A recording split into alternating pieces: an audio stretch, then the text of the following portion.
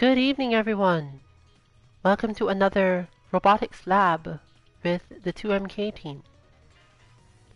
Today we are looking into bots for undernight in birth.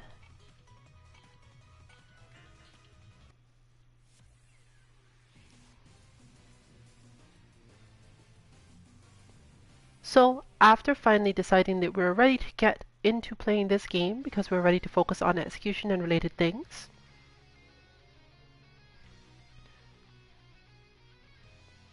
obviously our first thought is, let's utilize everything we know and move on to having our bots function.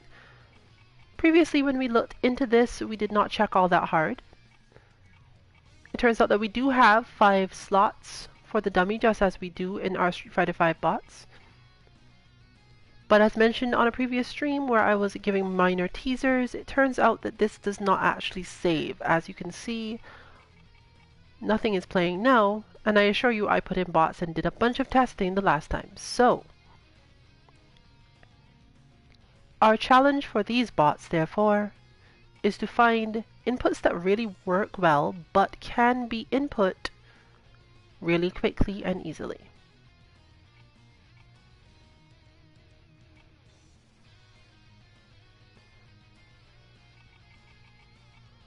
So far, we have not necessarily succeeded in very quickly and easily, but we did learn some things that might help with the process and the way this should be used in general. So let's begin from there. I'm just going to input the first of these while I talk about it. Can take me a little while sometimes. It is not specifically actually difficult to input, but as you will be using it each time, every time you start up the game you have to input the bots again. It will be important that you remember certain things about it. First point, you cannot set this such that the dummy recording only starts at the moment you actually hit a button to start it. It just starts at the beginning of you pressing this.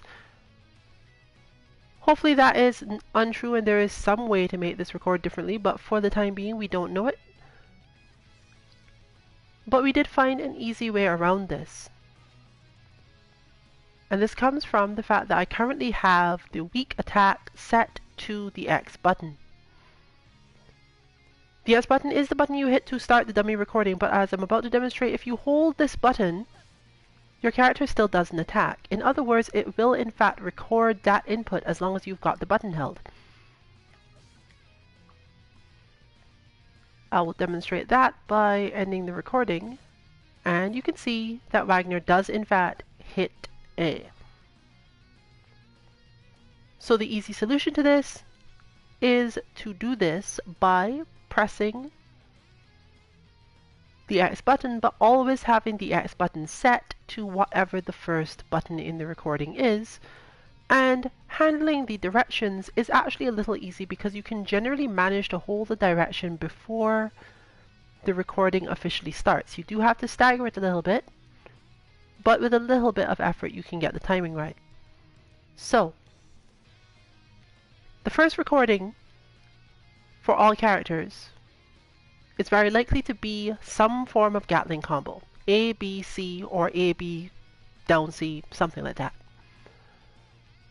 And what we're interested in per character is which direction you're holding when you press that A. In the case of Wagner, we will be holding back, so this is a 4A, 5B, 2C, 5C. And you kind of want to hold the C at the end, but it apparently does not actually edge shift, so it might not be as necessary. So simply move as close as possible and get used to the idea that you're going to hit this button and hold it just for a little bit, just long enough that you can actually see the move come out. In that case, for example, though you can't see it, and that is another one of the difficulties of UNIST, you cannot check the bot's inputs to know if you got it right or not. So it was even more important to get them as simplistic as possible.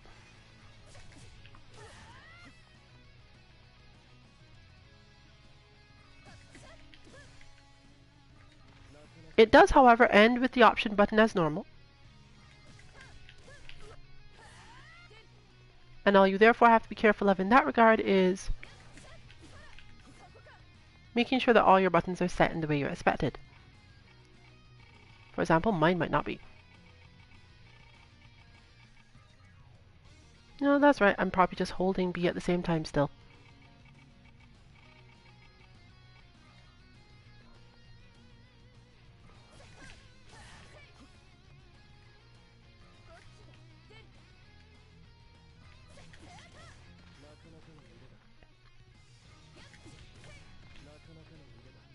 And so on, so you get the idea.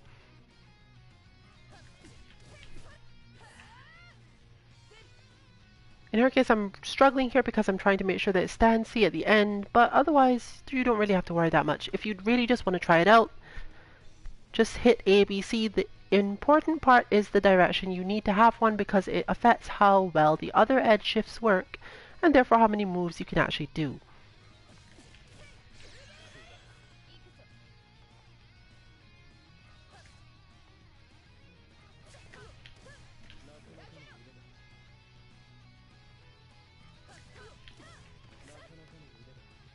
Your obvious hope is to learn to do this as quickly as possible on whichever character.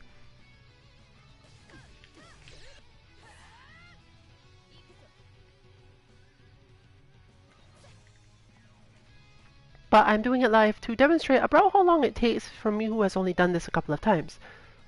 So you can get a fairly clear idea of how difficult it can be. I'm also being extremely picky about it. And that was probably the first one I got right. So, from there, we'll move into how this actually works. You can turn the dummy playback on or off, and you can set these to happen after a knockdown or guard as reversal action, or simply when guarding for certain invincible moves and similar things. But of course, as with most of our bots, we want to play repeat in intervals. Random dummy playback does not need to be on for this test, but please note that once you put in some of these, you can't test them along with each other because it doesn't have the function the way Street Fighter V does of turning on actions 2 and 5 and similar.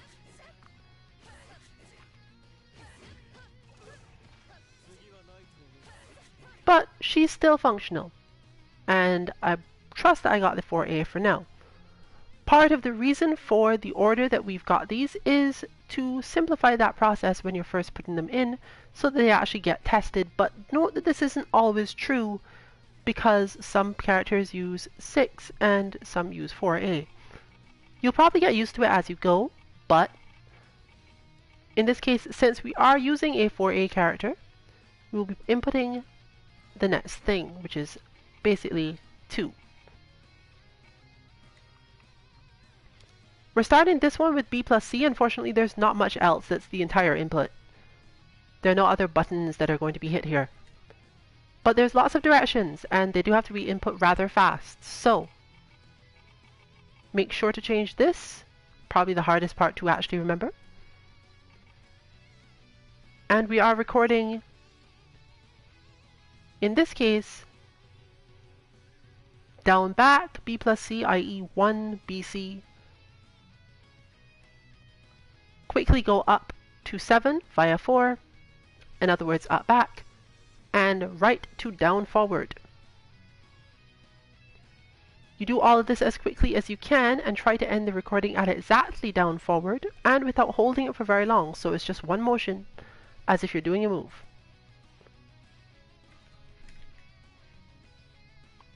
Once again, there is no way to test this generally. But if you do play it back by itself, various things happen. This is a good recording. She jumps sometimes, and if I poked her, she might do her own standard standing force function.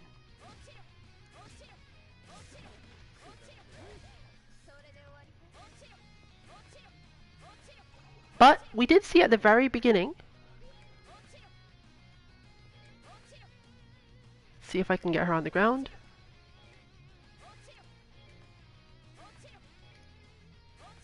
Nope, timing's kind of stressful because it is a very short amount of time that you spend hitting that first thing. But if we change this to random dummy playback, they'll start to combine, of course.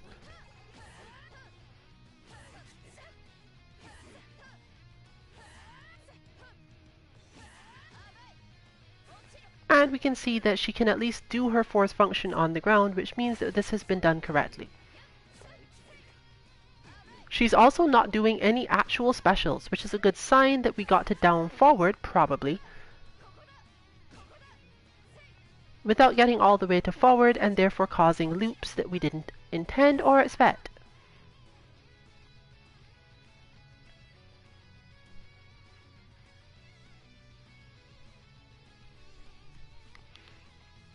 So, for various reasons, as mentioned, we are testing different things, and the reason why action 3 therefore is put in here, you could switch it around, put in action 4 or whatever, but it's easy to remember to go in order. Action 3 therefore will involve, in her case specifically, an uppercut. Even though I wanted to put action 4 and 5 as the ones that you do last, the ones that you remember to be special or different, for various reasons I'm going to suggest that it is in fact action 3 that is character specific. However, it doesn't necessarily change too much between characters. Characters either have up DP motions, uppercut motions, or they don't for the most part in this game, and therefore this is the one that achieves that move, because none of the other inputs should be achieving that DP motion or whatever other special function the character has. All this is going to do, therefore, it doesn't have the same restriction as the other one. We're just going to start the recording, quickly do a DP, and hide a backdash in it, and end.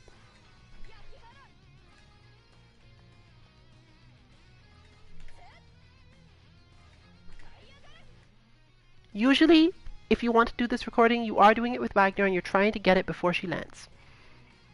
And that's all there is to it. It's generally not worth checking it directly, but you can turn on the playback with all 3 of them active and see what you get. Seeing that you got the backdash is probably a good sign. And, depending on her other inputs, and if you did the DP fast enough, she won't actually DP that much, which is a good setup for the most part. This timing for this DP means that often she'll poke at you when you're messing around in neutral, or when you pressure her somehow. Depending on the character, this happens more often because of their capacity to do it out of certain things, or cancel it from things, and so on. But overall, you're just making sure that it's possible, and you're done. Slot 4 is, fortunately for us, back to being universal. And it's basically the opposite of slot 2, except that in this case we're going to start it with a throw input. So we are setting A plus D on X, and instead of starting at down forward, which would be the opposite of the down back we just used, we will start at directly forward. You wanted to record this from far enough away that the throw actually whiffs, because you need to make sure that you did it so fast that your character does not actually leave the ground before the recording ends.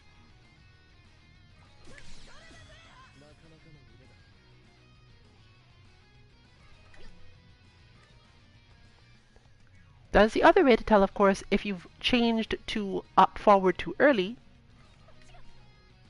in that you will jump instead of doing the throw itself. And this is relatively easy to do because you actually do have, as mentioned, quite a delay here. This one should be tested by itself because you're not always sure that you'll get the jump at all. But as long as you've gotten the jump at all, you should get this sort of thing. Forward jump, occasionally assault, eventually some timing that ticks out. If you're really, really fast, you might in fact just get her throwing and never doing anything else. Or if you're a little too slow, the same thing can happen for various reasons. Therefore, you have to turn on all of them again, and in this case, we're hoping to see some of her moves that result from action 4 playing into action 1 and similar.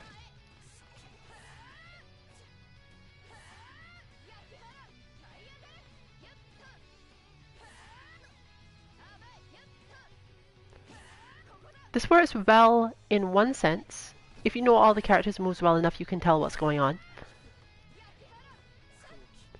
The forward A plus D in this case is able to end when you're going from action 2 to 1 to result in her having one of her forward moves. This test, of course, takes much longer, but there we go. It can also sometimes interact with action 2 depending on what you were doing.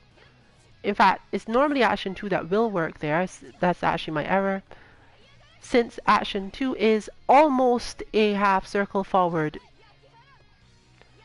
and the 6A plus D adds that last bit to get you the forward move. But what we're lacking is the back version. And in this case, it may be hard to tell if it will ever work. It should be such that 4 into 1 will play one of her quarter circle back moves, but it looks like it does not, so we have to re-record that one.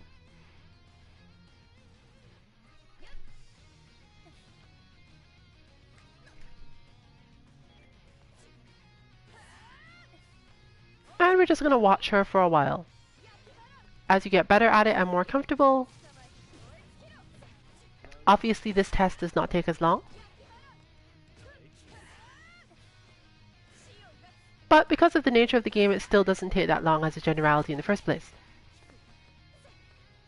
If you find that this is the one you have trouble with, obviously you can just record it the other way around.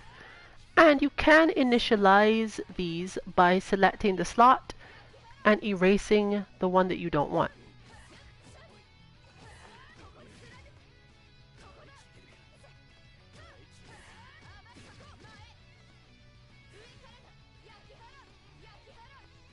Depending on what you're training, you can also just not spend that much time to get this done in the first place, as it may just not be worth your effort.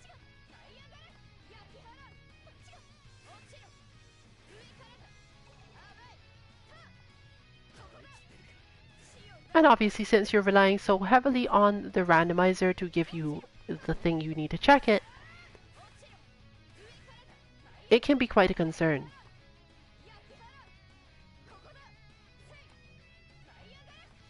But one thing you can do to give yourself a little bit more luck in that regard is before you actually record a proper action 5, simply record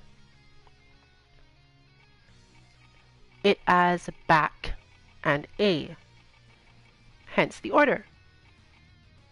This increases the chances that you will see the correct thing or get your test done completely. So let's record just that.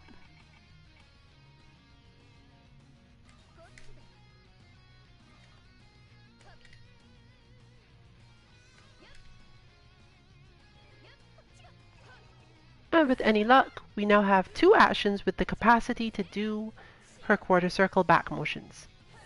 So you're simply watching for the dummy playing action 4, and now you've basically doubled the chance of it doing something you care about.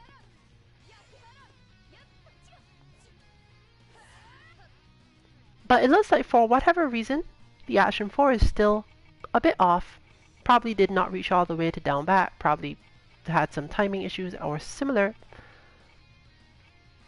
And we'll give it another shot.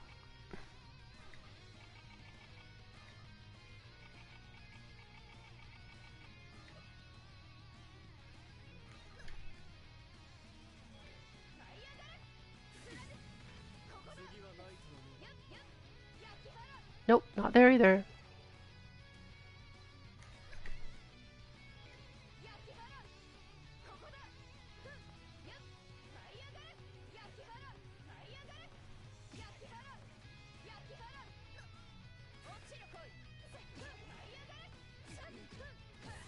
timing of the whole thing can differ quite a lot by character and actually become a little bit frustrating, but there we have her finally using that move.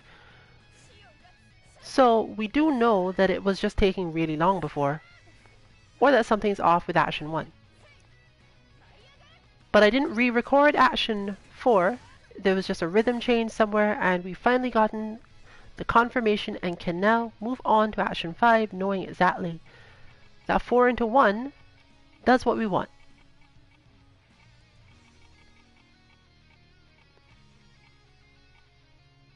As noted, if you feel you have more trouble with that one for some reason, you should probably reverse it, but it's more likely that you'll have trouble with the B plus C version, and you can just do it according to which move is most easy to recognize for the character, and similar. Now, while that one is almost always the same, in fact we have not yet found a bot concept for which that is not the recording for 4, we do have a different recording for 5. The recording for 5 in this case takes on the properties of the character but not the move. We are no longer looking for a move, we're looking for the thing that makes the bot play the way we want it to. And in this case, we do want characters like Wagner to mostly or often do forward moves, and in this case we want to have the B version of her forward moves available. Also forward dashing, both important. So we're going to input forward A plus B, which in most cases should give us a move, and in some cases will give us a forward dash.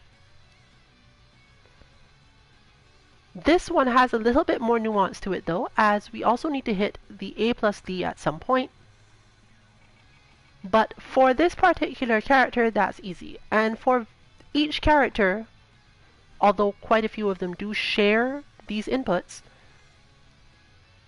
you will most likely be looking at changing 5. If you wanted to change from one character type to another character type, the hope would be that you'd only need to change 5, and sometimes 1 and 5, and hopefully never, but occasionally 1, 3, and 5. In each case though, those are the ones that don't have the very precise timings, so let's hope it works out. This is probably the hardest input so far. It is going to be 6A plus B, quickly do 2A plus D, 2, end. In other words, the down-down motion that many characters in this game use for various things.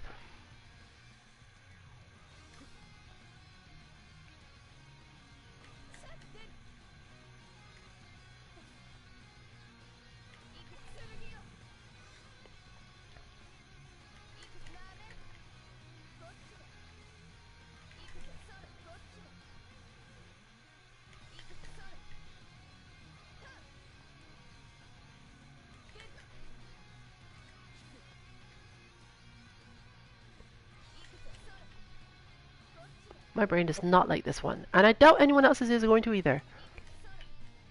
But eventually you can probably get yourself to do it. This is one that benefits from you turning off the random dummy playback and making sure that it's playing properly by itself. If you've done it perfectly, for Wagner, she will just do this. Just continually charge her sword unless you poke her. And usually even then.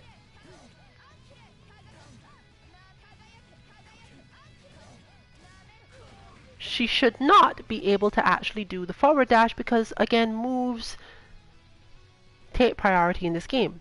She would have to turn on some other action for that forward dash to become available. But we have now completed our bot. Obviously, when we are done all of our testing, we'll be releasing this, but for the quick version, the inputs for this one are 4A, 5B, 2C, 5C. You can hold the 5C. Second input is 1BC, 4-7, then slide all the way back through 1, 2, 3, and end down forward. Make sure you end it down forward, make sure you end quickly. Action 3 in this case is just 623B with backdash hidden in it. How you exactly do the backdash doesn't matter a lot, but we prefer currently to just tap back twice on the pad or stick. Action 4 is 6A plus D to throw, 9 slide all the way back to down back, i.e. 1. Make sure that this is again an almost half circle motion. Well, half circle it is technically if you're starting from 9 and going to 1, but you know what I mean. And end that once again quickly as possible. For every bot, the final input is completely custom, except that we're starting with Wagner because she actually shares hers with Seth and Akatsuki, so I can go through multiple bots today. And that is 6AB, 2AD, 22, end. So with all of that on, no further ado, let us go into what the bot is actually capable of doing as a result of those inputs. But I'm not actually going to start with Wagner other than to show off that she can do most Wagner things, or at least what I hope to be most Wagner things that you care about if you are just getting used to this game. Let's make sure that all of these are as planned. That was not. That's fine.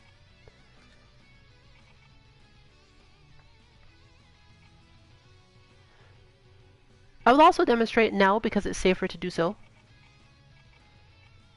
that as far as we can tell, going back to the main menu for the game, and I'm going to be super annoyed if it turns out to change it now, going back to the main menu of this game does not decouple all those inputs. In other words, once I go back in, I should have them all still active, and only apparently turning off the game does this until someone explains to us how this is supposed to be done.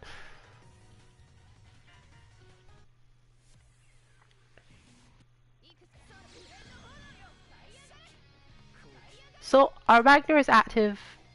In terms of setting up other things you may find difficulty with, the auto recovery is just on or off for the game as a whole, and therefore figuring out what to do there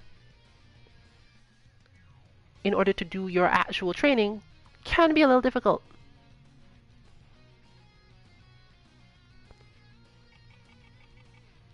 One semi-useful option is to lower your own health, but then you're still just trying to not make mistakes, and then you're counting the mistakes you make instead.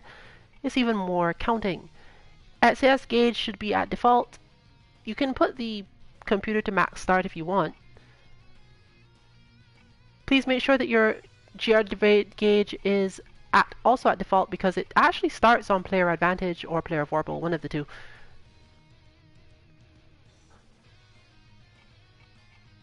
And for the most part, everything else, if I remember correctly, tends to be set that way already. None of these other things matter too much. You can turn on or off the display for the dummy playback. Obviously, you would have had it on while doing the recording, so that you could make sure that everything was playing into it in the way you expected. But we are ready to go. If you are the sort of person who plays online a lot, you can set it to your preferred amount of lag. In this case, I will do so, because I had not tested it in lag much yet.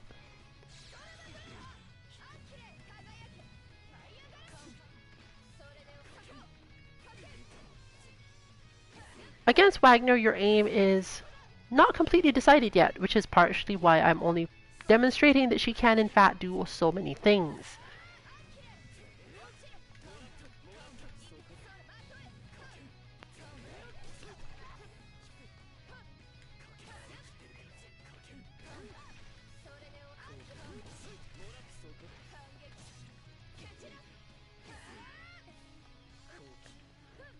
So we're going to turn the auto recover health back on, but we're leaving Seth's health at that 30%.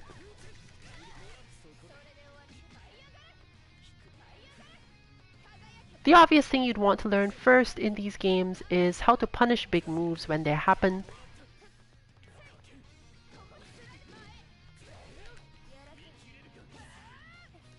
And as you can see, she has enough of them that you could learn at least a little bit about that.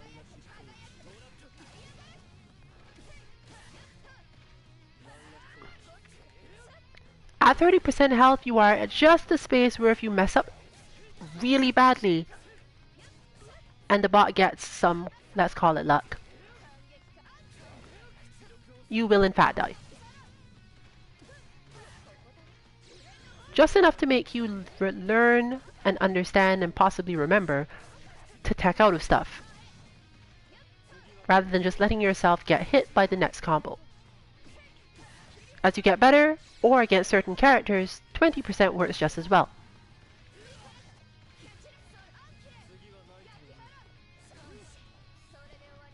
But, as noted, Wagner is not our training partner. She's here to help understand it, and she's also good for recording that particular thing, even though it can be used with Seth and Akatsuki, because she's a little bit easier to understand in terms of what's actually going on. So let's look at what happens if you're coming from a game like Street Fighter, have heard that this game is great and you want to try it out, but you want to bring in and start from your Street Fighter skills. Well, the first thing you have to understand about this game is how to get in, how to maintain space, and what characters will be trying to do to you. And Akatsuki's the character for that job.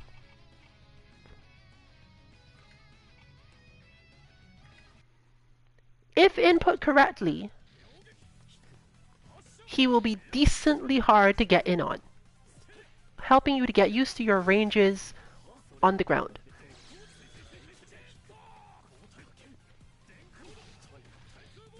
You can get used to the fireball game, the footsie game to some extent, and just get used to being zoned out and needing to confirm combos from mid-screenish.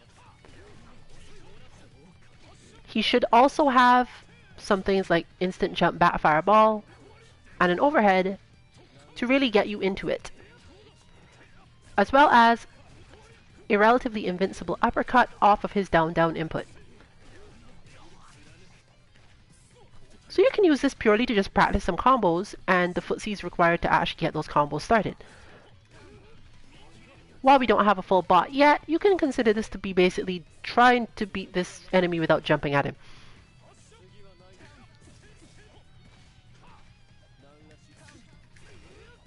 And of course, learn one of the fundamental principles of UNIST, which is, which combo do I confirm into from what range?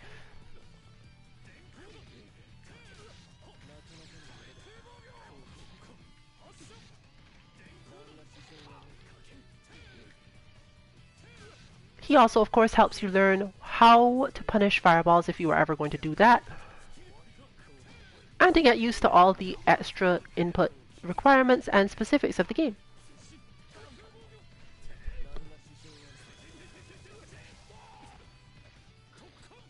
But once again, even at 30 health, unless you've messed up terribly, he's probably not going to kill you.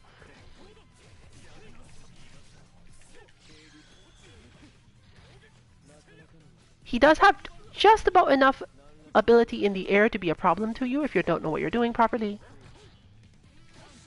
And he has a force function that functionally acts as a parry, making it a little bit more risky to go in on him madly and expect to get away with it.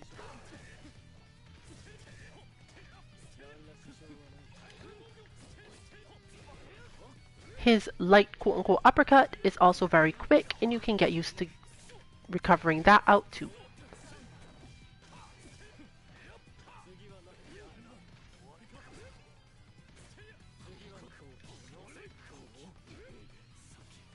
So generally your aim is to get in, and once in, make sure you confirm the right combo off of whatever range you happen to hit him from.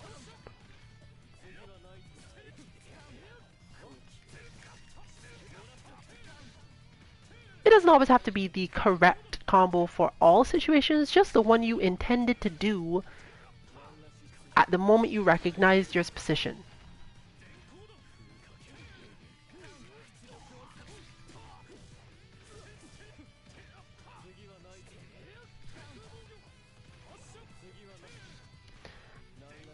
And of course, if you find yourself to be the sort of person who does want to jump or even use the assault, it's not that you can't jump at him, it's that he might beat you up for it in ways that really matter.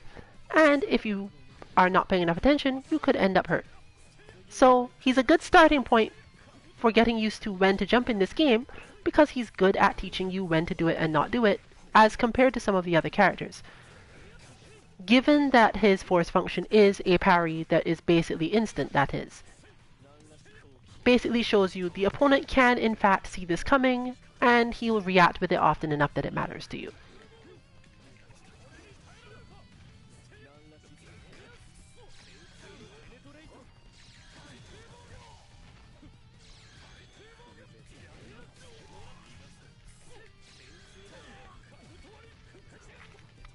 He also has a lot of good moves for punishing people who end up right in front of him, and nothing too far out of the ordinary otherwise.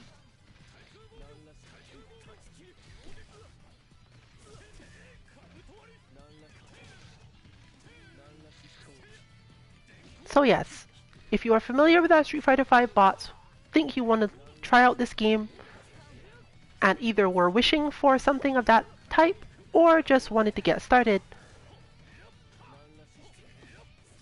this is our suggestion. Because this game does have quite a few relatively difficult combos to learn, and it's always better to learn your combos in a situation where you have the potential to get hit for trying them wrong.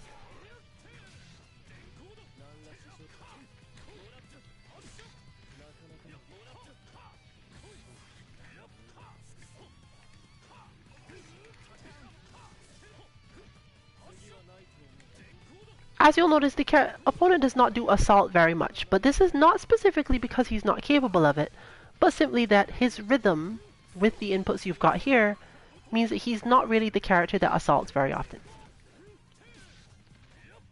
He will play approximately like a Street Fighter-y style character, if that's what you're familiar with.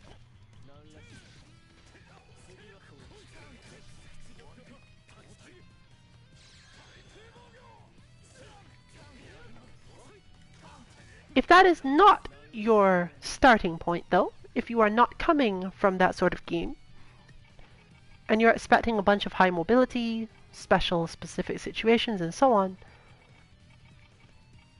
and need to get your practice in opening people up, you're familiar with this type of game, your best bet most of the time is to have Seth. And since I can only play Seth at the moment, you have to deal with the Seth mirror.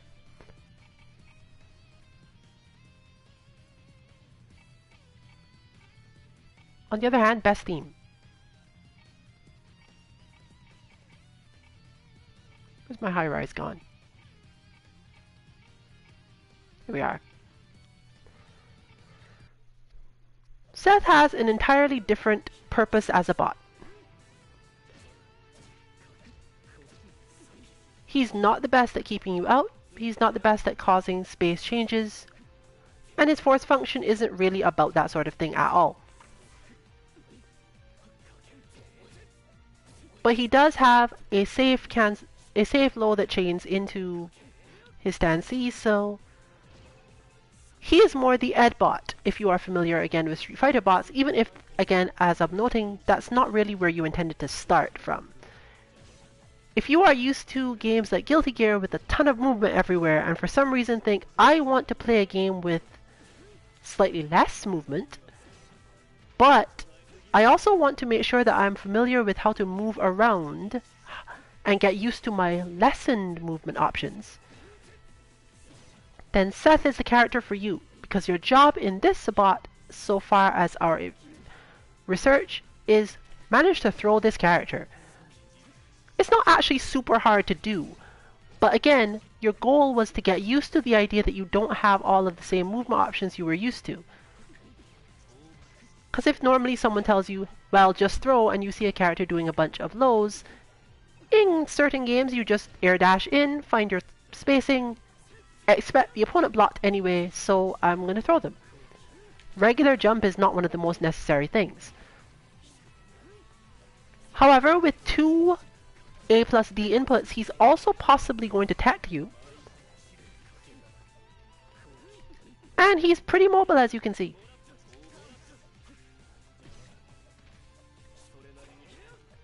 He would be easy to defend against for the most part. But he has so many specific movement options that making sure you throw him at the right timings can be a little hard.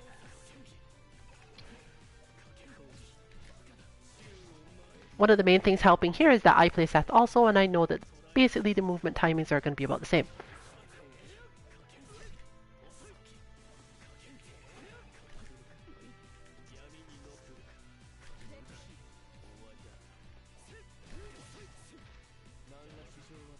So, once you've verified the inputs on Wagner, possibly check Akatsuki. Give Seth a try. And get used to this whole, oh, my opponent can attack me from pretty much anywhere on the screen. But most of my movement options that I'm used to aren't actually here. So if you're a Dragon Ball FighterZ player, a Guilty Gear player, and you're used to those and you want to get started, you're probably more interested in Seth than you are in Akatsuki. And at the moment, that's really all this bot is requested of you. Because you can easily, or relatively easily, get to a space where you can hit things like crouches. It's a little easier than on Akatsuki. You can jump on him a little bit easier if your intention is not to get close enough for the throw, but rather just get close enough for the hit. And Seth doesn't anti-air all that great in comparison, so... He also helps you train awareness, as his moves tend to lead to a lot of specific things happening on screen that you have to pay attention to.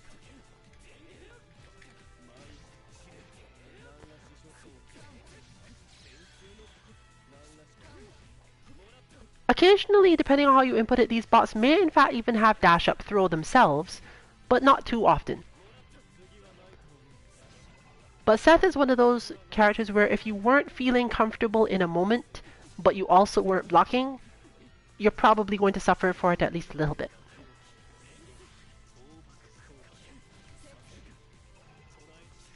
But as you can see, he actually has dash up throw and a couple of little crazy things that he can do. So you're still at that same range in terms of health of, I probably won't die if I mess this up, but Seth could do things to me that would result in my death.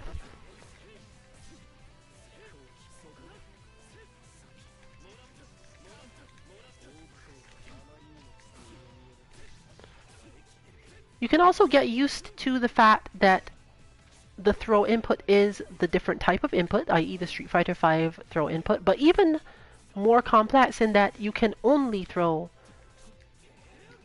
with forward and back. So if you really need to train that, be careful about it. You can't down back and throw, you can't down forward and throw, you can't even down and throw. Throw is neutral, forward or back, so be ready for this.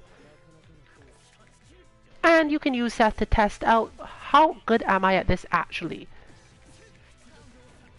With just enough stress that you can verify you have everything. The down-down input, in conjunction with certain spacings for the forward ones, also means that he will be able to do his new fast fall things that he was given in this version of the game. You've been seeing it occasionally.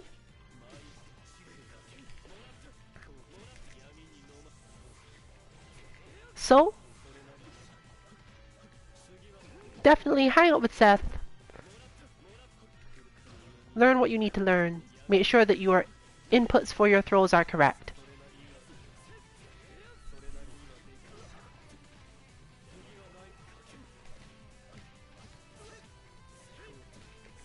And if you're learning combos from where the game has taught you to do them,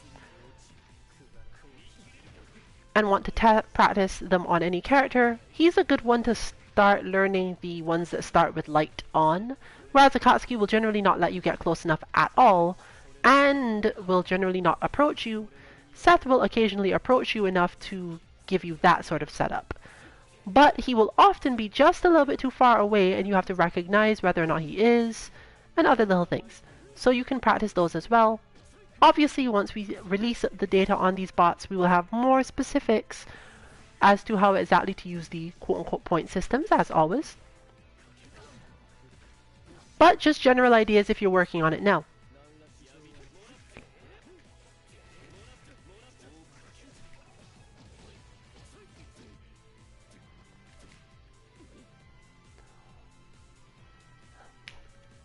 So, a brief understanding of which characters can work with these inputs if you just don't feel like changing it, or who at least can work without much changes. In other words, the only thing you'd need to change about them is one action, probably the action 1, to get in the right Gatling style combo, which would also mean that you don't really have to do it.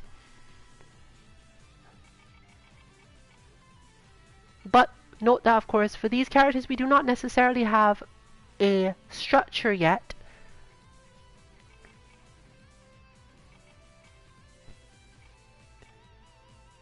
In general, we are looking into a specific sequence of how to learn the game.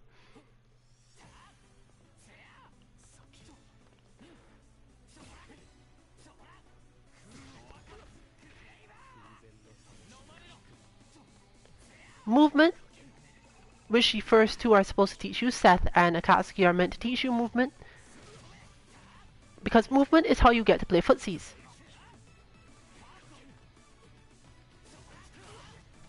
Wagner so far has appeared to be the one who will help you learn awareness, because awareness will help you learn to anti-air. But if you want just pure awareness, hide is usable.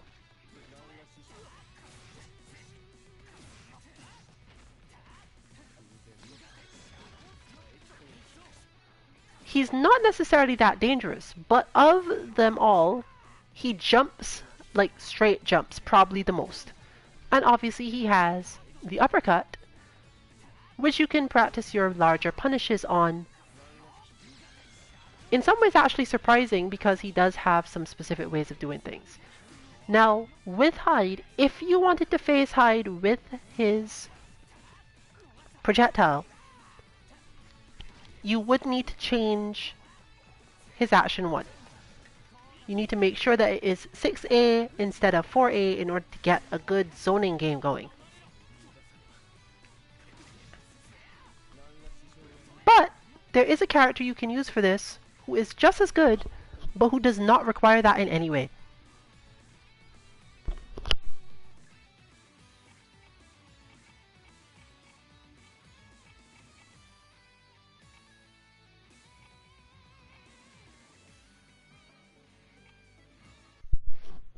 In Oria's case, you get the same effects, much more needs to anti-air, higher awareness requirements because she can put that on screen a lot,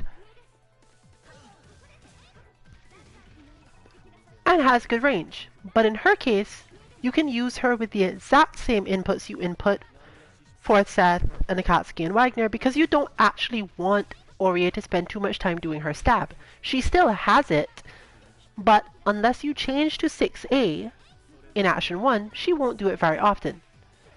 In fact, with most of her rhythms, she barely does it at all.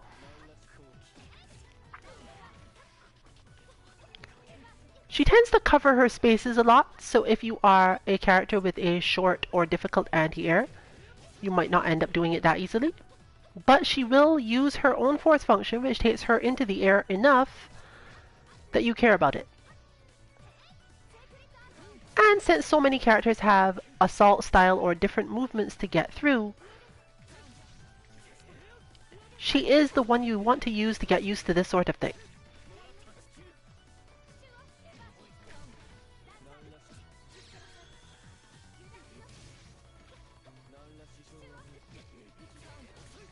She's also good at making sure you can't just approach her with the same hop plunge,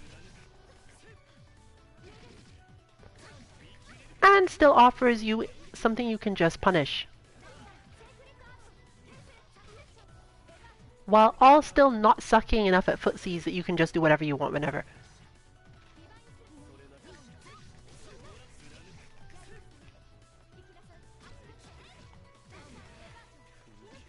For example, I can tell you that at the beginning of this training, Seth's combos were a mystery to me, and even the one I'm doing now, I can say quite clearly that the combo I'm doing now I did not know before. I'm just doing it because I now have the rhythm of the game. So, good work from bots as always. In terms of Aurea, she's still again useful because she has extra long bat dash. So you have to respect that form of her spacing, and she can push you out fairly easily as well, meaning that you still get a lot of the stuff for learning to catch a retreating opponent, as well as her being relatively strong on air recover, but still not air recovering often enough to really be an issue.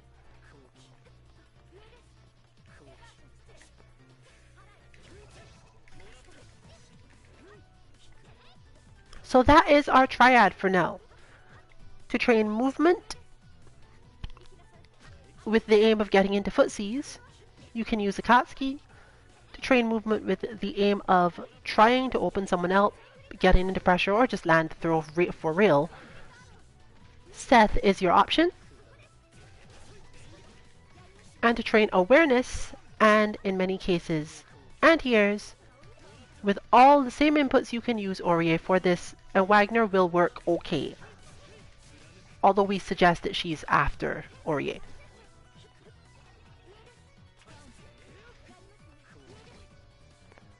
On that note, therefore, I will finally switch back to Wagner, having discussed those things.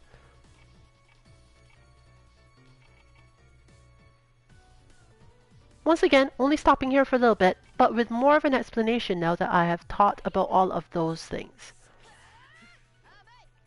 Wagner is the one once you've realized, okay, I know approximately how to get in and where I want to stand.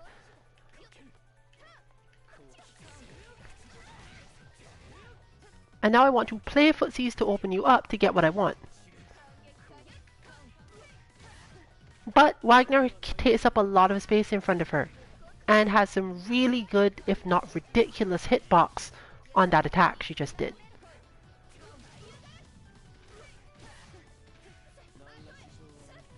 Add to that just a generally good rhythm, and a tendency to DP out of a bunch of things. And she's more or less the put together everything of the previous.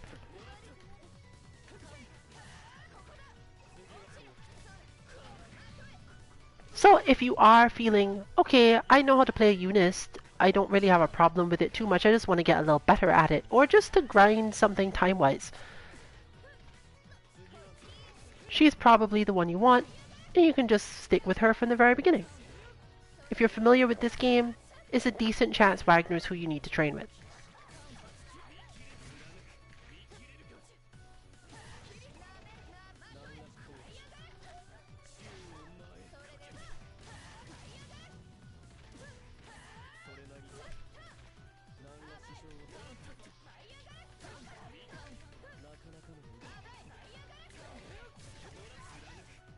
Once again, we don't really have her doing the forward moves too much, because that really takes away from some of her footsie focused behavior.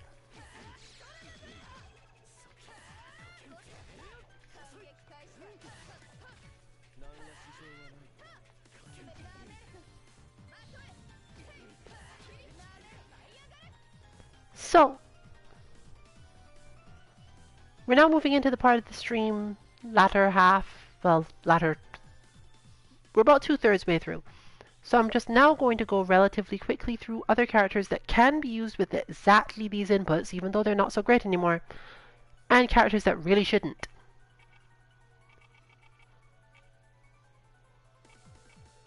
And we are moving from the flow of, are you useful or not, more or less.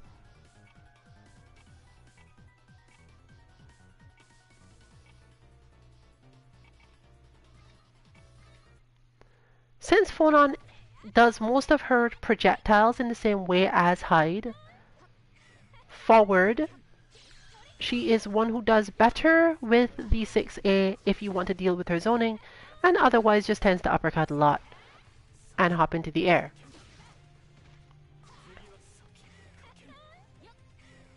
Also, because she does have specific 2B based things, she's really not so great for it as a whole. However, she is decent if you really don't want to change too much as the one you need to jump in on. And that is particularly true in this form when she does not yet have any projectiles to use except occasionally.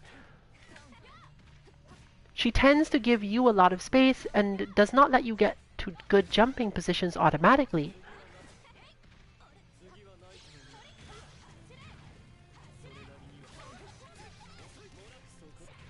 You should make sure that you're doing this from neutral, otherwise you're not really going to get too far. In terms of actually learning anything, that is. This is another for more or less the Guilty Gear crowd, learning how to time your assaults, understanding the opponent's movement to or away from you. In her case, nearly always away from. And the relatively large number of I can go backward in the air and still attack you can help Street Fighter players learn something, whereas Hyde does not do so much of this.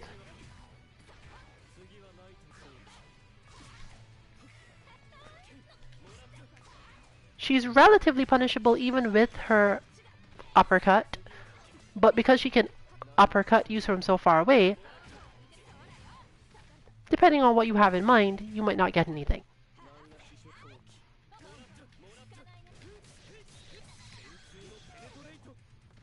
Cornering her is not that hard, but again, you should make sure that you don't overdo it because you wouldn't learn anything.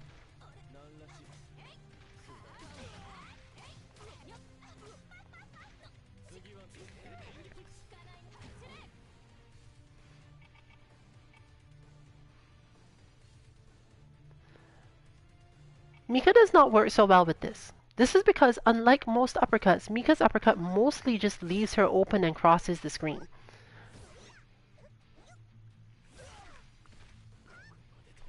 So, having that particular action 3 tends not to work out for this character so well.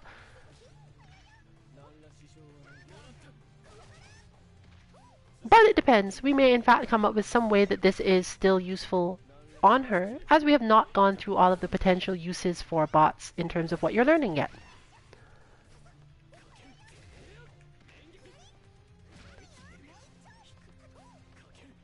Also, with the lessened amount of rocket punch from having the 4 input on this,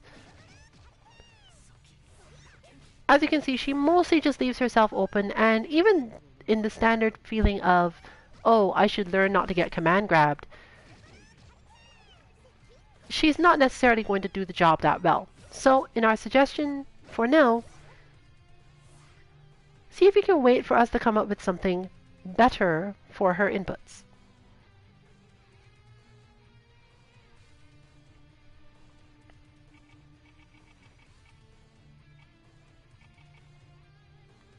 Based on everything I've read about Enkidu, this is not even going to end up being a bot. His moves, his style, his flow, they're basically helpful for making you lock low and a couple other things, but he's not really someone you learn something from. Obviously, we will be looking into this, see what we can come up with. But as a person who actually mains Geese Howard, I could easily guess that this is not going to lead too far. He's not specifically going to be good at keeping you out, not specifically going to be good at countering you. We've got to come up with some stuff. What he does seem to be decent for, if you really want to try it out, is that. Learning how and when to cross up the opponent. Often reminding me of Colleen Bot in that he does tend to move forward so often and in so many different ways that you can't be absolutely sure which side of him you're going to land on when you jump in. especially if you do assault.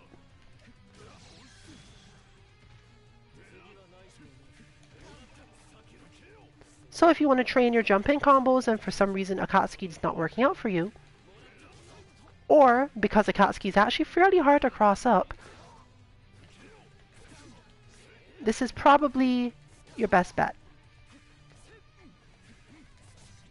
Helps if you're getting used to a new character, because it's kind of hard to recognize exactly when you will cross up and not for certain ones. And setting it up by hanging in the air too long tends to be a problem.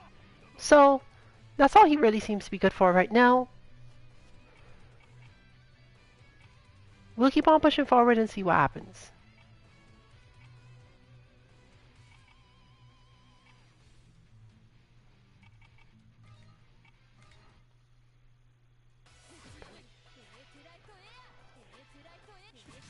Outlim is another character who, again, probably does not fit in here.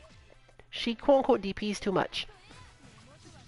And despite the fact that she has most of the required inputs for doing her moves, she actually has both the back and the forward DP motion, meaning that she loses a lot of functionality with these inputs, to the point where in basically all of my tests so far, I can see that this is obviously doing moves, but unlike the others where there's at least some cohesion or a general feeling that the character is going to perform some way to teach you something, she doesn't really give that feeling to us so far. So we're also considering that she should be ignored when it comes to these inputs and wait for us to come up with something more suitable for her. And everything I said about her, you can just apply to Lyn.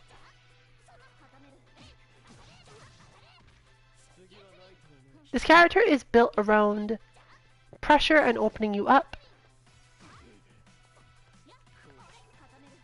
and very specific setups and style of play, which would be hard to reproduce in a bot no matter what we did. But we've had some success with those sorts of things on bots in the past. It's just that the bots tend to be extremely specialized. So as she stands now, the standard inputs are again going to result in mostly you having to deal with throws. She's the Cammy-ish character of the game, so you do have to consider teching her throws fairly often. And therefore, if you really want to try something to that effect, she's not terrible. But we do hope to come up with something better than that for her. Right now, she's just going to hit buttons and actually push you out to the point where you really might as well just keep blocking, which is not necessarily a good habit to build up. So Lyn also gets thrown on the pile of we don't suggest this yet.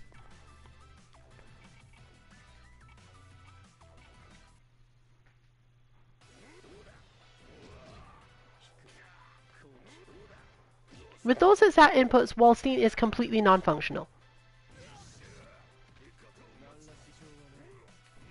If you're not familiar with his command list,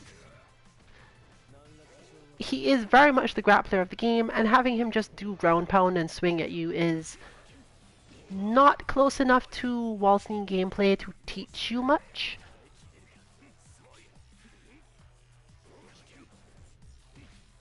So once again, we suggest waiting on this character for something else. Unlike some others where it will be just, oh, we know what to change stuff to. He goes on the same path.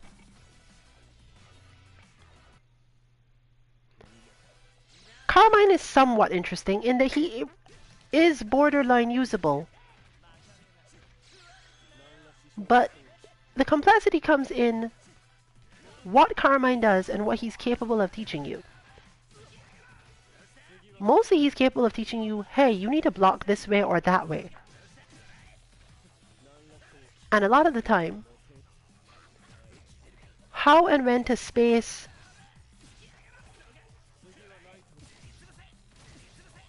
your reversal style thing.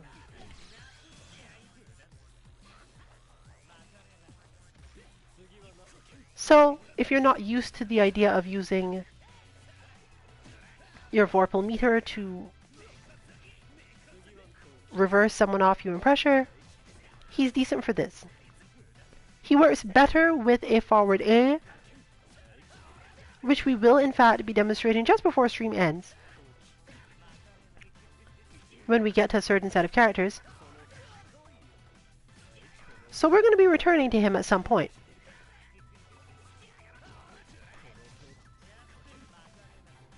But if you are just flicking through and are planning to more so wait for more specifics, but for some reason want to fight him, just remember that he's mostly for that purpose at the moment.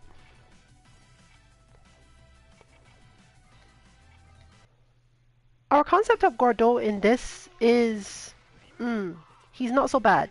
He works when you have precisely those inputs. In other words, he does not seem to work if you have switched the inputs to anything for any other character and just happen to be circling around. But for the most part, he's still not really helpful. Playing Gordeau properly is extremely complex, and him just occasionally repeating specials is not really going to teach you as much as you should learn from this character as a generality. He's not based around that high mobility or based around specific types of combos. So, high-low reactions,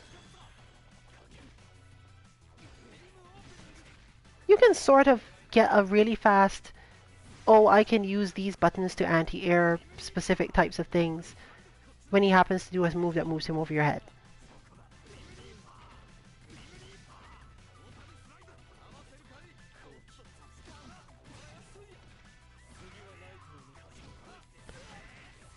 Depending on your own character though, you can use it for learning the precise end spacing and timing for your own longer moves. If you don't play that type of character, it doesn't necessarily mean so much.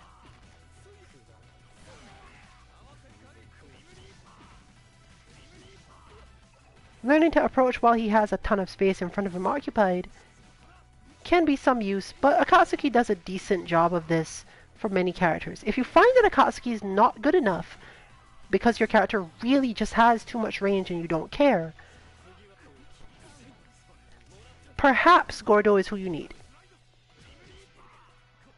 But that research has not generally been done in full, so we leave that alone.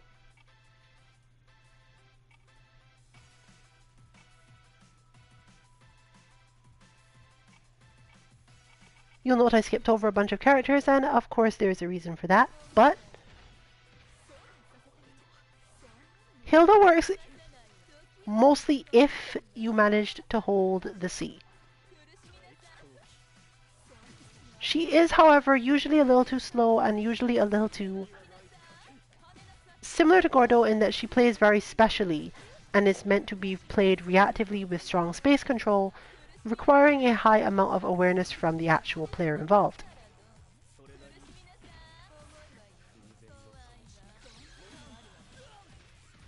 But as you can see, the bot in this form is not really non-functional or just doing nonsense. And you can use it to learn to get through certain of her movement. It may feel a little bit unrealistic though, as there does tend to be a lot of needing to let her get away and put herself in situations that are really disadvantageous to you. Also, we're pretty sure that she just doesn't seem to work if you didn't manage to hold the C at the end of the input.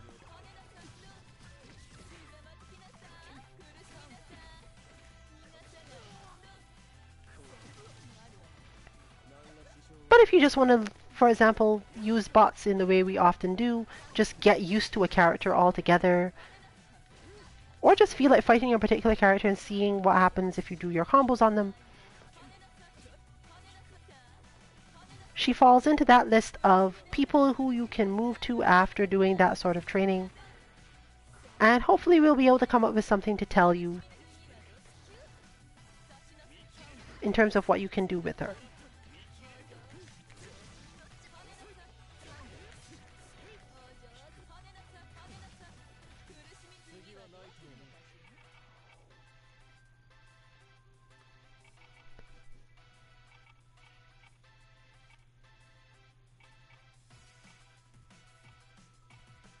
Chaos, interestingly, seems to just work.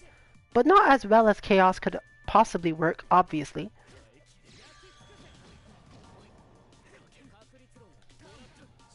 He's definitely more of a character that should have his own special commands,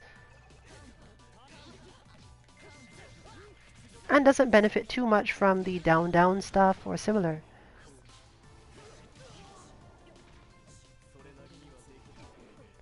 But you can get him to do most of the required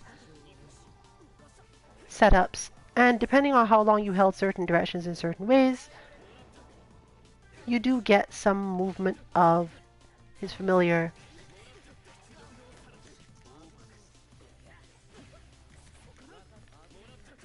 and direct functionality.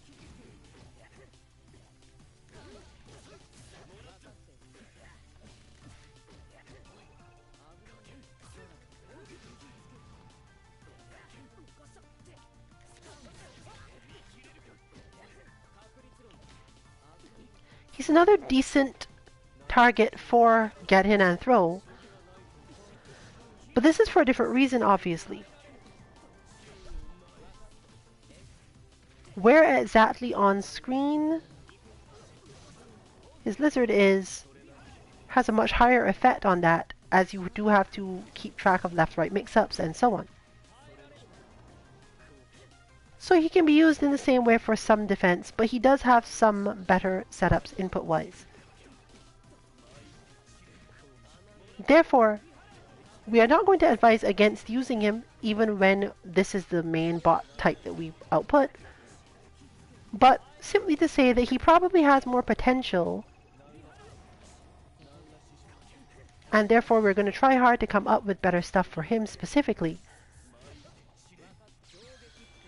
But there's no loss in, hey, I've been playing with the Wagner inputs, the Seth inputs, whatever you want to call them. I feel like fighting Chaos, and I'm going to see what I get out of that. Works out more or less fine. However, if you are good at the game and understand it well, rather than us noobs who are basically just trying to get used to it, he really doesn't seem to give you too much other than the left-right mix-up game to defend. And depending on your style, that might not even be that necessary for you.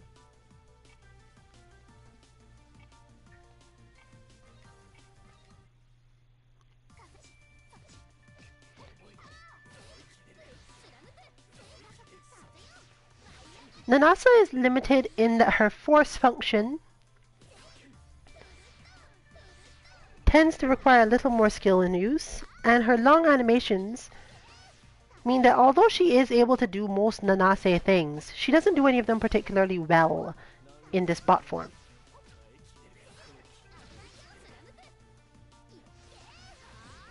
Also, she is a character that works generally better with a forward motion, i.e. with a 6A, as one of her more often used things, so we're going to get back to her as well.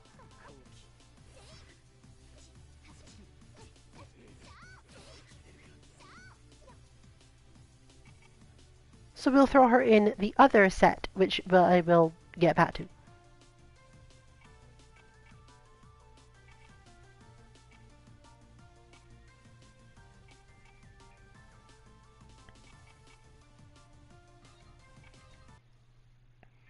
So far, our understanding of Byakuya is that he also is going to require some special stuff, primarily because his style of movement is so specific, and what exactly he is supposed to teach you or want to get you to do is very different than most other characters.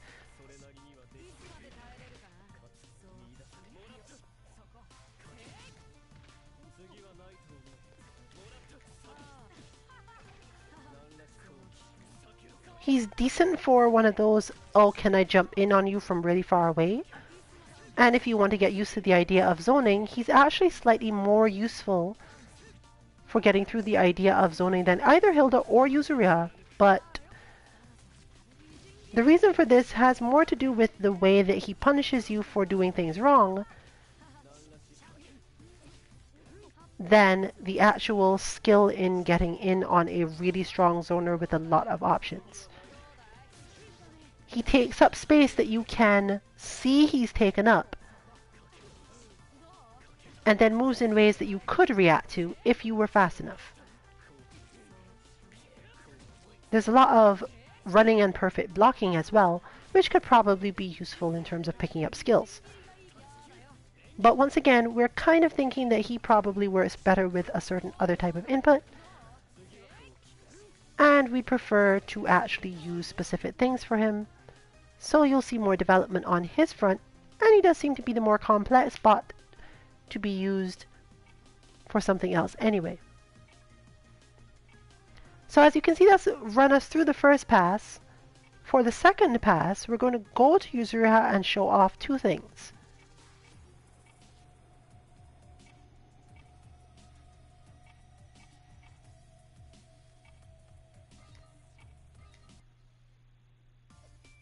First of all, how she functions in the current.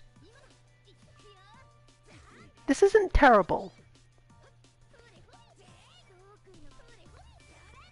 And with a good input set, she will definitely still do a lot of her moves.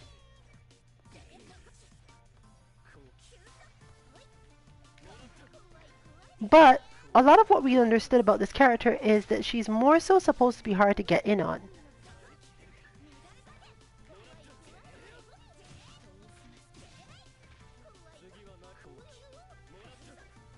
And at this point, she's not so much hard to get in on as she is hard to hit.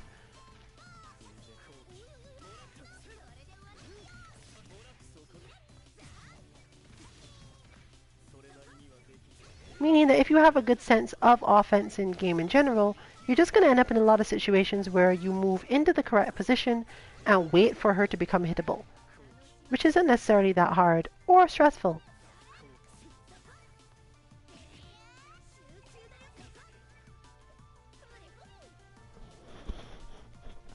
Fortunately for us, she is like Wagner in that what works well for her and was part of our main tests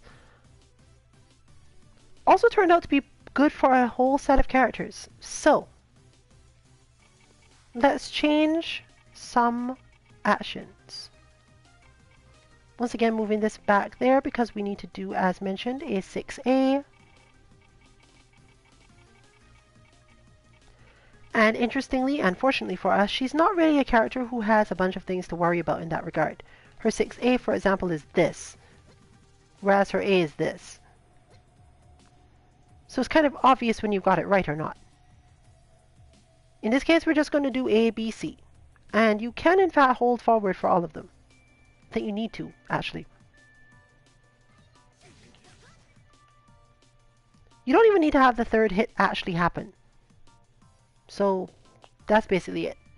In this case, I recorded over 5 because, as I noted, it's hard to remember to do it. But I'm replacing 5 anyway, so it's probably fine. So we will, in this case, redo 1. Correct the now. And note that that will happen to you if you press the forward too early.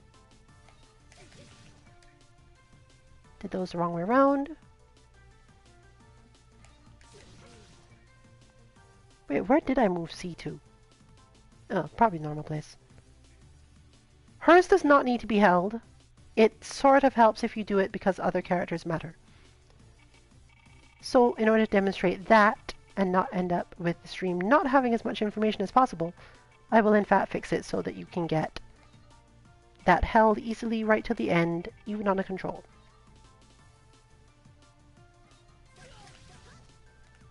And that's it.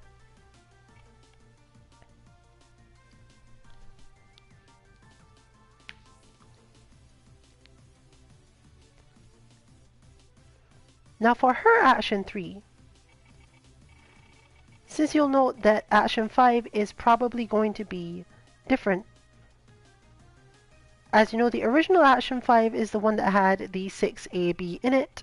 So we're going to put that back, but we're moving it to 3 in this case.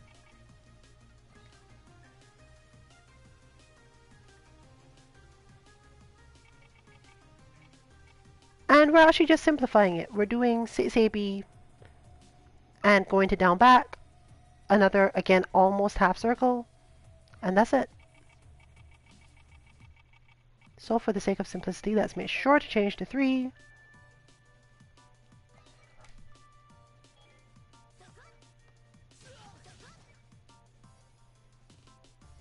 I have some confidence in that. Let's go for now. Her action 5 is interesting, but not specifically easy to understand the purpose of. We're keeping the AB, but this time we want it as back. The reason we don't put this in action 3 is because this is the one that stays the same across the most characters once again. So if you were to start by inputting this, if you had that intention at the beginning, doing the testing would be easier. So since we already have A plus B on X, we're good to go in that regard.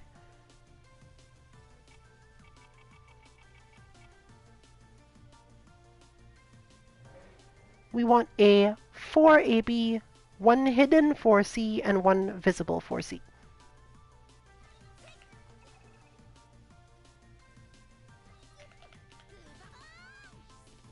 And you want to hold probably the latter one.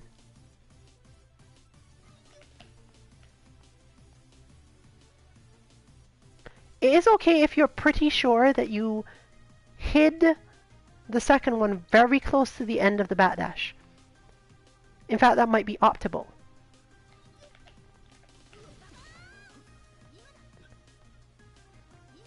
But obviously it's difficult to tell how long you've been walking backward, whether or not you got it right, so be a little careful with it.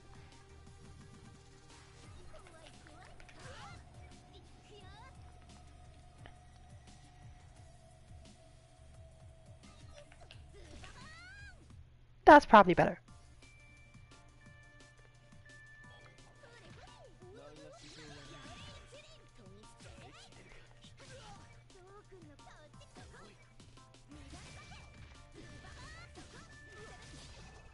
So as you can see, now we have something that works much better for Yuzura. And now, the concept of can I jump in on this character becomes a little bit more difficult. She also has certain TK stuff now, depending on your timing, and she can both dash across and counter you, as well as just griefing you in general when it comes to getting to positions. Fortunately, since we are coming sort of to the end of the stream, she's not that hard to explain.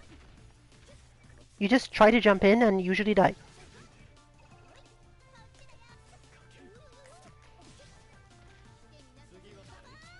So her inputs were basically, we're only changing 1, 3, and 5. Forward ABC, i.e. 6 ABC for the first input. 6AB, almost a half circle back, end at 1 and end the recording quickly for action 3. And 4AB,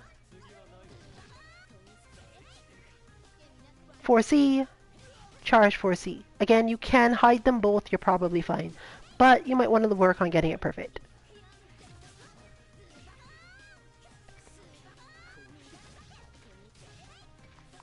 So I'm just leaving this on stream so that you can have a fairly good idea, if you're the type to input this, what it looks like in general. She won't always do the I'm going off the ground slightly before doing that move part, but you don't really have to care. She's fine. And since playing Yuzu is specifically difficult and she has a bunch of really complex things, we're not really looking into getting all of those in. We're just looking to get a character movement where you have to understand what the character is doing and how you are supposed to get your advantage on her. Because that doesn't really change too much depending on your opponent's skill, it just gets harder and harder. So, with those inputs, you now can unlock and use most of the other characters that we passed over and were not going into immediately.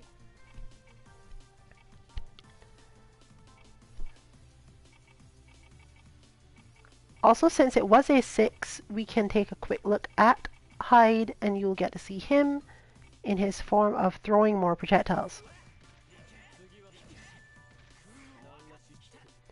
If somehow this is what you wanted, it's probably fine because Hyde also does decently with that main combo. and doesn't really need the uppercut as much as you'd think, especially if you're just practicing on him. However, he does get a lot of jump back into stuff that he doesn't need so much. So we don't actually consider this a great bot for anything. He's pretty functional, and obviously we would love to hear any opinions on what he was useful for. But he loses things like his ground explosion. You can replace it obviously by changing the 5 input and similar things. But he's just functional. But as you can see, he does throw more fireballs, so that is our demonstration of how that works.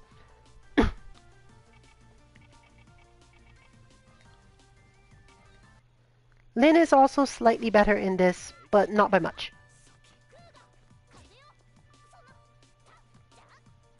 As you'd expect, this type of character just performs a little better when they've got a forward A to get this sort of thing correct.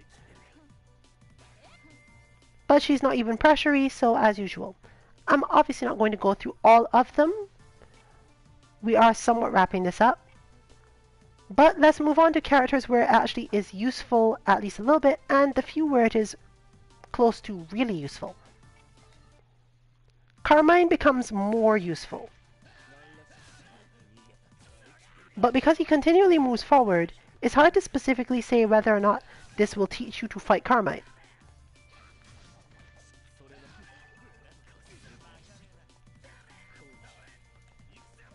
My suggestion so far is no, but if you intend to do it, this is definitely better than the other way.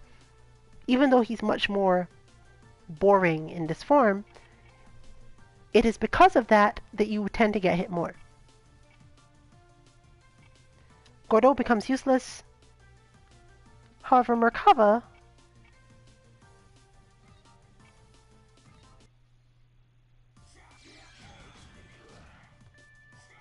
is complex. Merkava also has his own inputs, which I will not be demonstrating today. And depending on your timing, he will either do that instant fireball or go for his grab. Your goal with him is generally to get in and hit him with a low, though. And in both forms, he does a good job of this in the bot sense.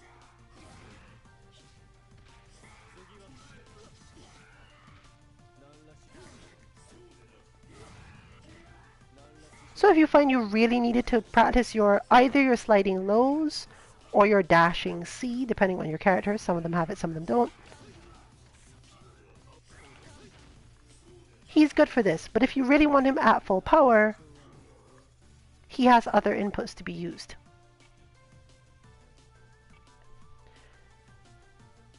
We will go to Batista last, as she has the most complex thing, technically.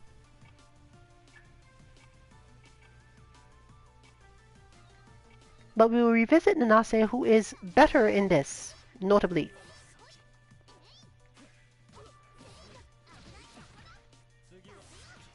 That is more so because of the forward A than anything else, similar to how you'd get phone on with more projectiles. But this is just Nanase, and you have to learn to deal with her mix-ups and similar, and that's about it.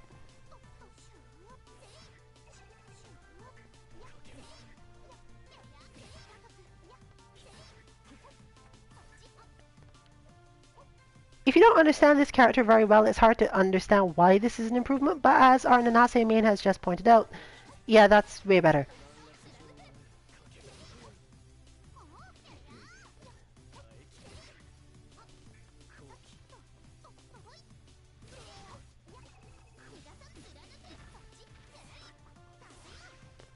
What does change, however, is because you have changed it to AB and similar things, her projectiles work a little differently. So we still expect that she's going to have a specific thing and at least one other change, but as you can see, she still has them. They're just rarer in some different ways. So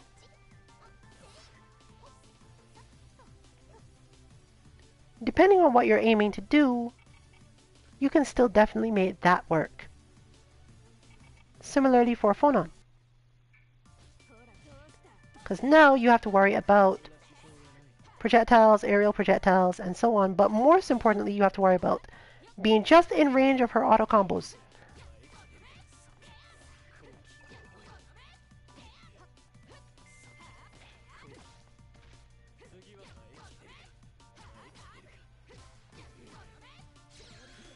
We will be looking into these particular characters sharing Merkava's input, as his is completely different on his Action 5.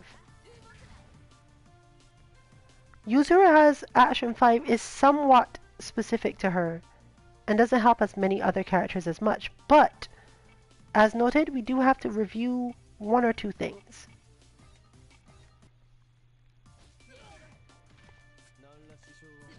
Eltnum doesn't get much better.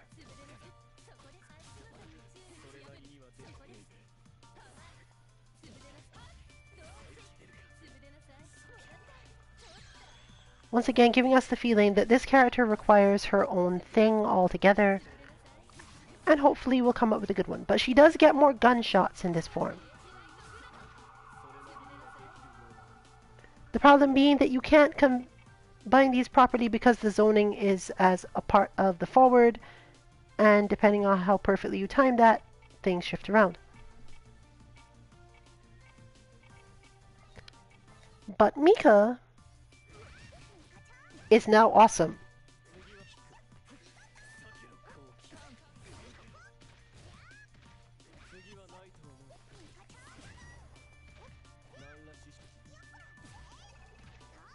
So you can remember that as well.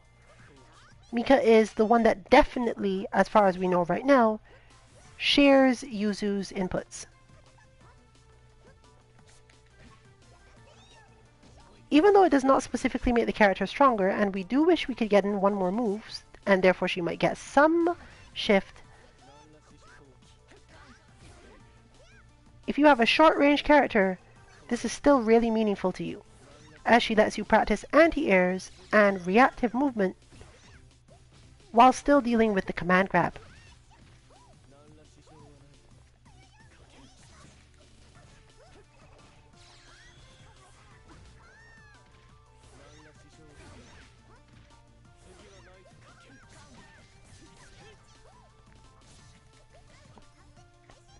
However, since she does not hold down bat very much, and doesn't have a real way to keep you away from her, we suggest that if you do come up with something, you don't focus it too much on things like lows. She's not so great for dash up and throw her either. But just keeping track of her can be a pain.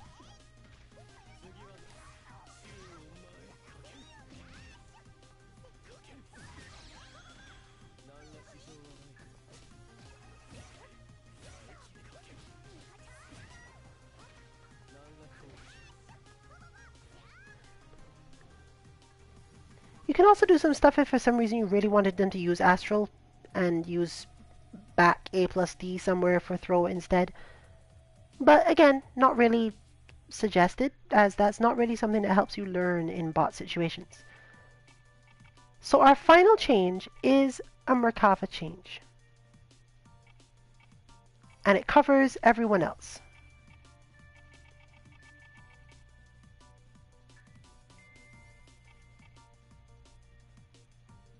This one doesn't actually require me to get the controls too weird because it is sort of similar to what we had before when we had the uppercut motion. Once again, the only reason that this isn't placed in that spacing is combinations and testing as you go. It does fit decently in the 3 slot if for some reason you just happen to be doing it that way. But the 3 slot is easier to remember because you change it around more. So the 6AB 321 end in there now applies to more characters, let's say. This one is simple. Hit 5B twice, hide an uppercut with B in it, 2-2 end.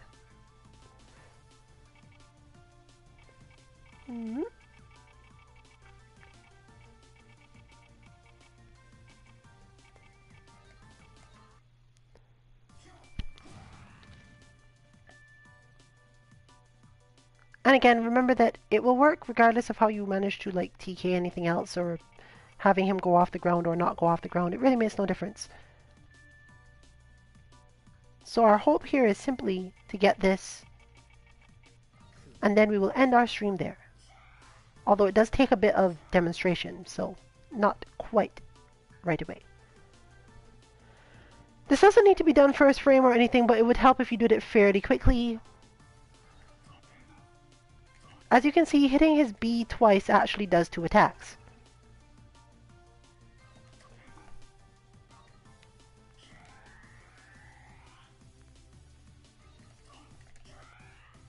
The hard part is to do that and make sure that you do the full uppercut motion without actually getting anything else out. At the end of that, you just want to hit 2 to an end. If you did it correctly, you should be able to replay it by itself for a simpler test and see what you get. If you were too slow on the down-down, you will not get anything, and obviously just do it again.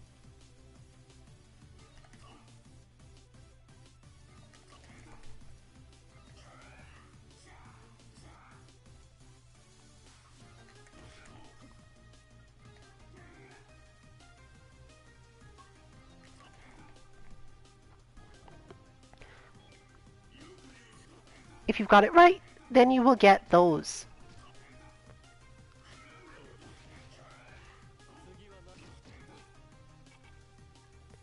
And that finalizes what you need to understand. Now you have him at the point of, I need to get in on you and hit you with lows and similar, but you're going to be constantly moving and putting stuff in my way to stop me from doing that.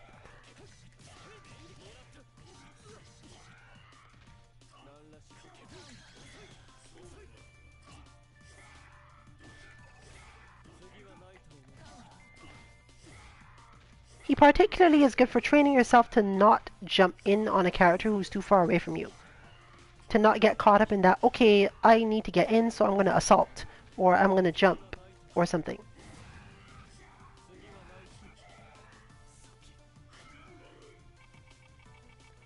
I shifted a button somewhere.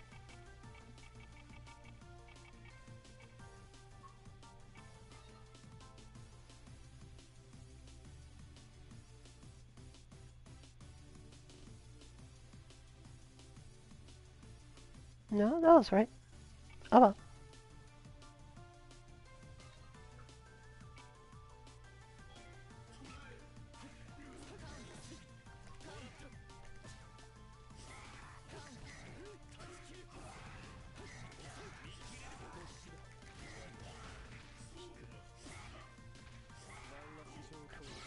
He's also very good at making you realize the dangers of trying to jump back against this character, and has around the highest chance of actually killing you at 30%. You might want to change it to 40 just for this character, especially if you're being too successful.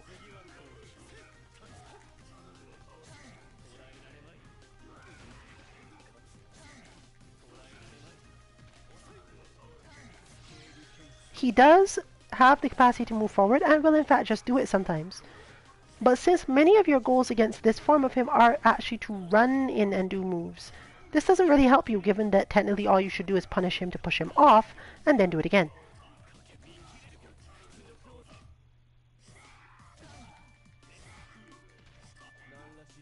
Despite that, he actually is not going to backdash away from you that often, if at all.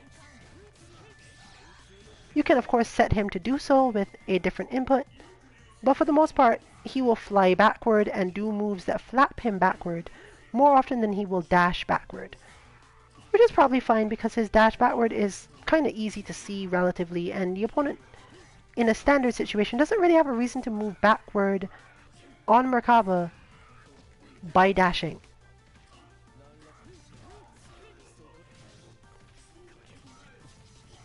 As you can see, the difficulty here is confirming your low into basically anything else. Most of the time, for example, with my current skill, I cannot actually get any jump cancels, even if I ran in to do it.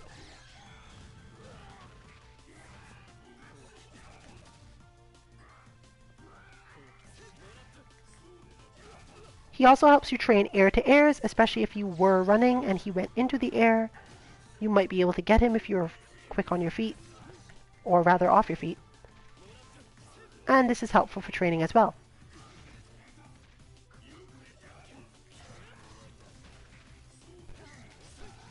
But understanding what you can and cannot get is the key to this character's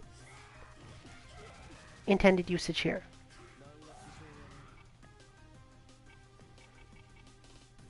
And finally, therefore, we will skip quite quickly through characters that work really well with this specific type of input, i.e. are in the Merkava set. And we will go back to best theme.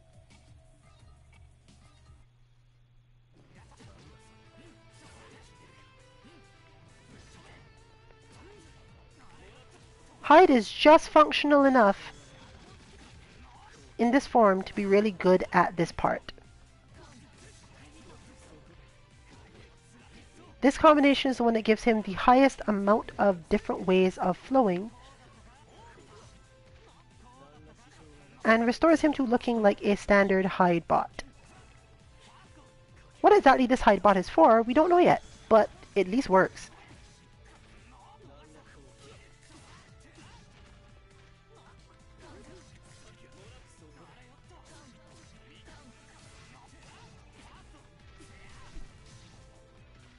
As he will still have the uppercut, just at a different timing. Obviously he will still throw fireballs, and he will have all his other moves because of the down-down inputs, making everything just work out cleanly.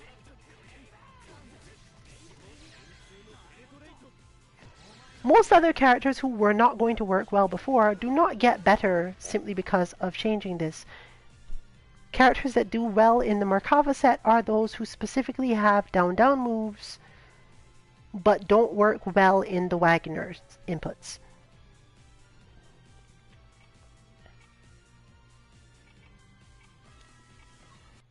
Wallstein is sort of this.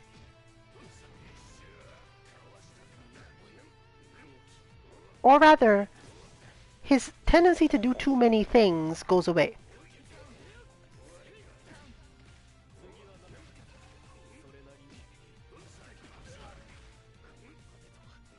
I won't go into too much detail, as I am honestly not familiar enough with this character yet to say, hey, this bot is going to do something helpful.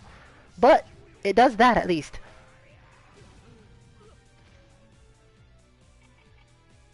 And generally just behaves better.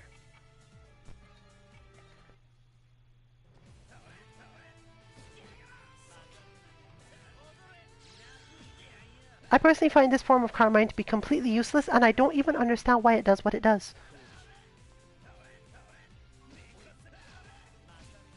I suppose it can be treated similarly to Merkava, but unlike Merkava, where you're actually learning something by specifically going, okay, I have this opening, and I should get in this way, it doesn't really do that, or seemingly teach you much of what, as I understand the Carmine matchup to work, would actually help. So, just verifying that he is in no sets, he is by himself. Gordo is also by himself. Hilda can work with it. And Batista is also mostly by herself.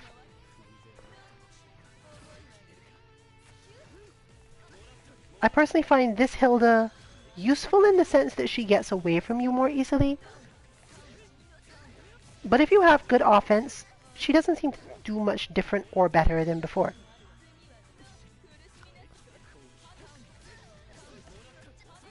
If anything, she leaves herself open far too much more, and therefore isn't as useful for training.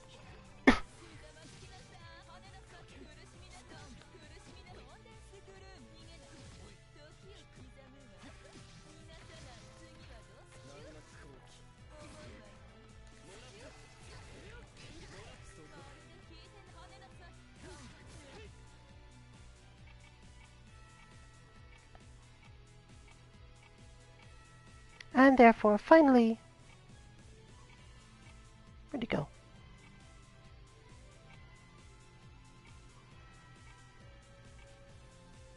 There we are. Batista is the final character that you need to understand for this. And she is probably the weirdest one, and we are still not sure about what exactly to do with her. Since Batista is the charge move character of the game, the question becomes, when have we ever charged long enough for this to work?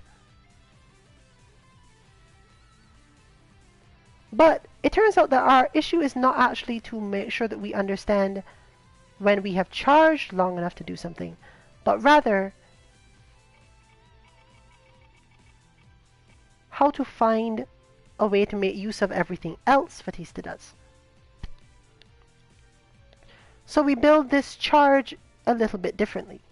And in this case, we're going to put it in slot 3 because she doesn't really use the half circle back here.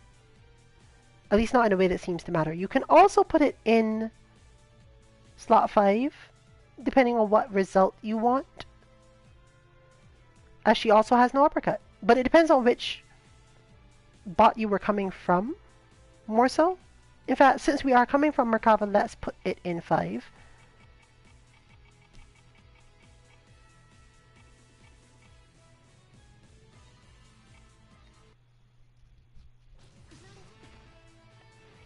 And the main thing to understand here is that we are setting an A plus B once again.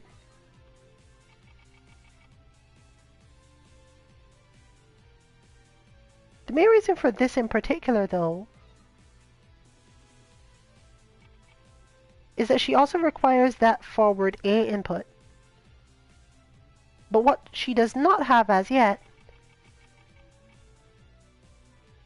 if you are at all familiar with how her moves work, she does not have an up input required to do this.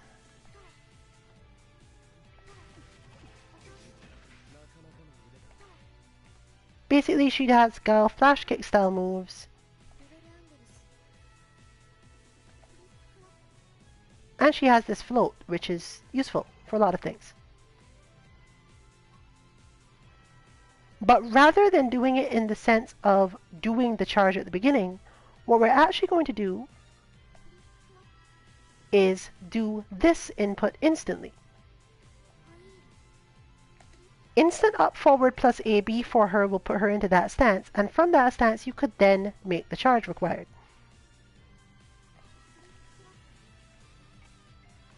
I hit something at the end of that. And as with the other recordings, you can just hold the X button and the up forward until she moves, and then just hold down back from there. Now the key is to make sure you've held down back long enough, which is difficult.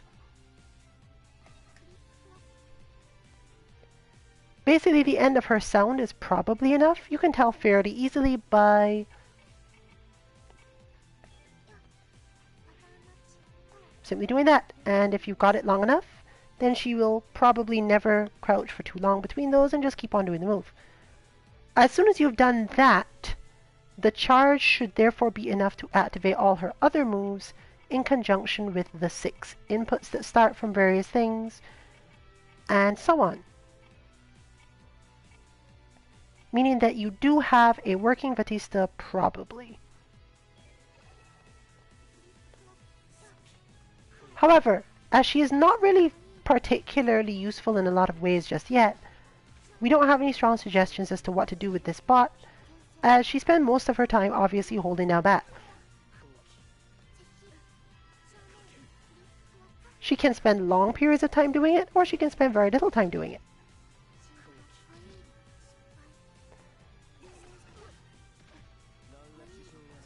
But if you're thinking, what do I base this on if you want to try it yourself, just remember that that input is required. 9 AB, hold down bat long enough to have charge, and that's probably it. You can probably stick in some other buttons there if you know what should go there to get useful things. And her force function will do its job other than that.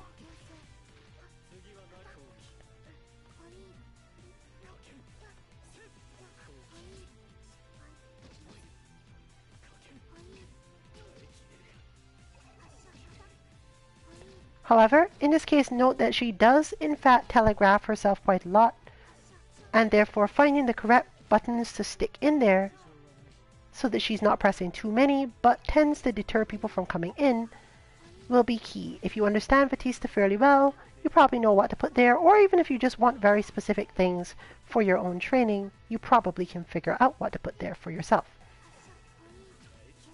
That covers all of our information so far on our UNIST Bot concepts. Obviously, we'll be having more of these in the future, but we don't exactly know when, as the amount of time we have to play and test in this game is relatively limited compared to the others, meaning that these may take a while to get to a fully realized state, and therefore we stuff them all into one robotics lab in the hopes that anyone who is interested enough to try this sort of thing to get started in the game can get something out of it, as these are also unlikely to be available on our website for some time. Our other bots for Dragon Ball FighterZ and Street Fighter V obviously are available on said site at 2-mk.org/bots for our Street Fighter V bots and /dbfz-bots for those. You can join us next week for our mishmashing battle lounges for Street Fighter V, and possibly on Tuesday for Guilty Gear action, though we do not know if the Tuesday train will in fact be leaving the station.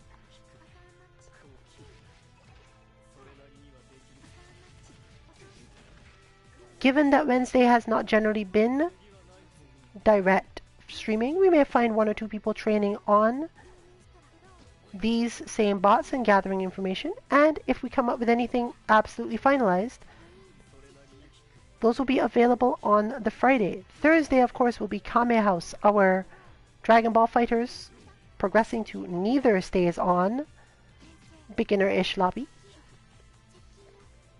So if you're mostly just interested in UNIST and UNIST bots, you can actually probably skip next week if you've watched all of this one, as it will mostly just be finalization and rehashing of specific things for the Seth, Wagner, Akatsuki, Orie input set. And by then, probably, you'll just be watching a stream that is mostly a repeat of this.